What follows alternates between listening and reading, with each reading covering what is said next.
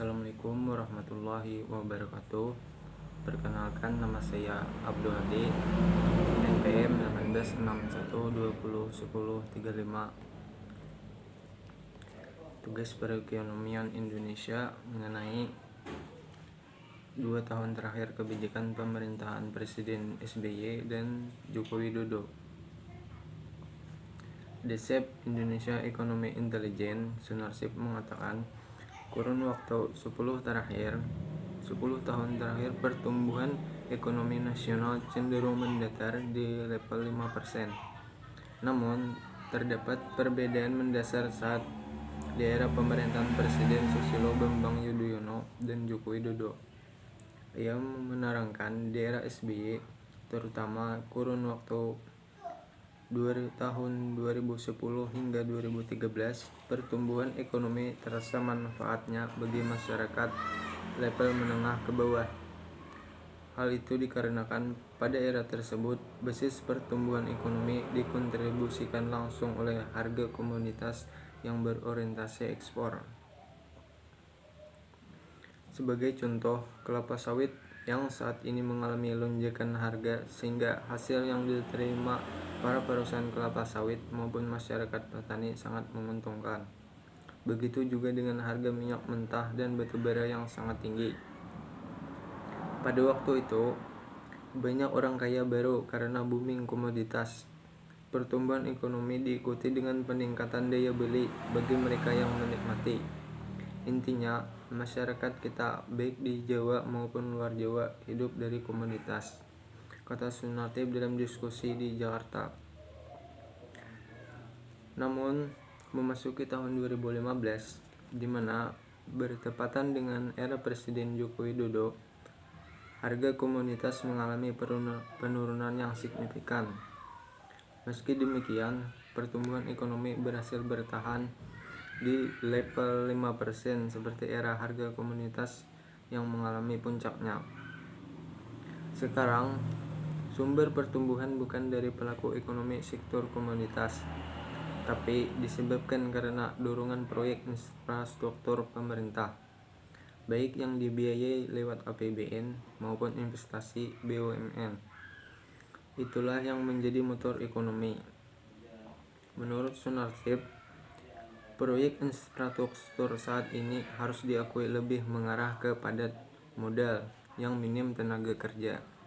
Berbeda dengan geliat ekonomi berbasis komoditas yang lebih condong ke padat karya. Dari situ saja terdapat perbedaan kualitas pertumbuhan ekonomi jika dilihat dari sudut manfaat. Pertumbuhan 5% sekarang tidak sama seperti yang dahulu. Oleh sebab itu, ia mengatakan bahwa pemerintah harus menyiapkan sebuah kebijakan untuk mendorong kelompok masyarakat yang tidak menikmati pertumbuhan ekonomi saat ini agar bisa meningkatkan daya belinya, khususnya mereka masyarakat menengah ke bawah maupun usia muda lulusan SMA, lulusan perguruan tinggi yang belum mendapat pekerjaan. Lebih jauh, lapangan pekerjaan harus menjadi fokus utama, sebab hal itu bukan suatu tugas yang mudah di saat-saat perlambatan ekonomi global seperti sekarang. Sepanjang tahun lalu, perekonomian Indonesia mengalami kondisi yang cukup sulit akibat faktor global. Defisit perdagangan tercatat yang terparah dalam sejarah. Tak hanya itu, defisit transaksi berjalan atau current account deficit CAD juga melebar di atas 3% terhadap produk domestik bruto. Nilai tukar rupiah pada tahun lalu juga sempat mencapai level 15.000 per dolar Amerika Serikat. Meski hanya berlangsung selama beberapa menit di pasar spot, sejumlah pihak membandingkan perekonomian Indonesia di era Presiden Joko Widodo dengan Susilo Bambang Yudhoyono. Saat periode SBY, pertumbuhan ekonomi memang lebih tinggi dari saat ini. Namun, hal tersebut dinilai karena berkah meningkatnya harga komoditas global. Berbeda dengan kondisi di zaman Jokowi, sejumlah harga komoditas anjlok. Tak hanya itu, kondisi juga diperparah dengan adanya perang dagang antara Amerika Serikat dan Cina, serta ketidakpastian kebijakan Presiden Amerika Serikat Donald Trump. Zaman Pak SBY terjadi komoditi boom, menyebabkan ekspor membaik, merambat ke sektor lainnya karena pendapatan juga naik, seperti konsumsi rumah tangga, ujar peneliti Institute for Development of Economy and Finance Bima Yudhistira pada Kumpara. Selama 10 tahun masa kepemimpinan SBY, pertumbuhan ekonomi melaju di kisaran 5-6%. Pencapaian tertinggi pada 2011 sebesar 6,5% dan terendah pada tahun 2009 dengan pertumbuhan ekonomi 4,5%. Menurut Bima, di 2009, perekonomian Indonesia melambat dipengaruhi tekanan ekonomi global yang berdampak ke pelemahan rupiah sebagai buntut dari krisis ekonomi yang terjadi di kuartal akhir. Hal tersebut mengakibatkan stabilitas moneter dan sistem keuangan pada kuartal pertama 2009 masih mengalami tekanan berat. Ekspor barang dan jasa juga mengalami kontraksi yang cukup dalam. Menurut dia, kritik ekonomi untuk SBY selama menjabat ialah gagal membangun infrastruktur.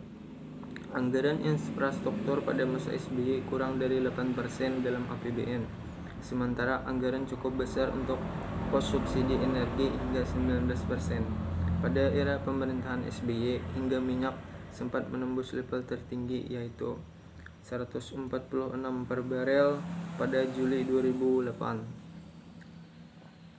Sehingga fokus pemerintah saat itu adalah meningkatkan subsidi energi.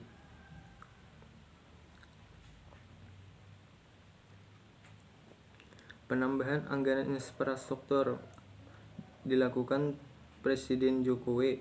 Sektor konstruksi terus menunjukkan tren meningkat.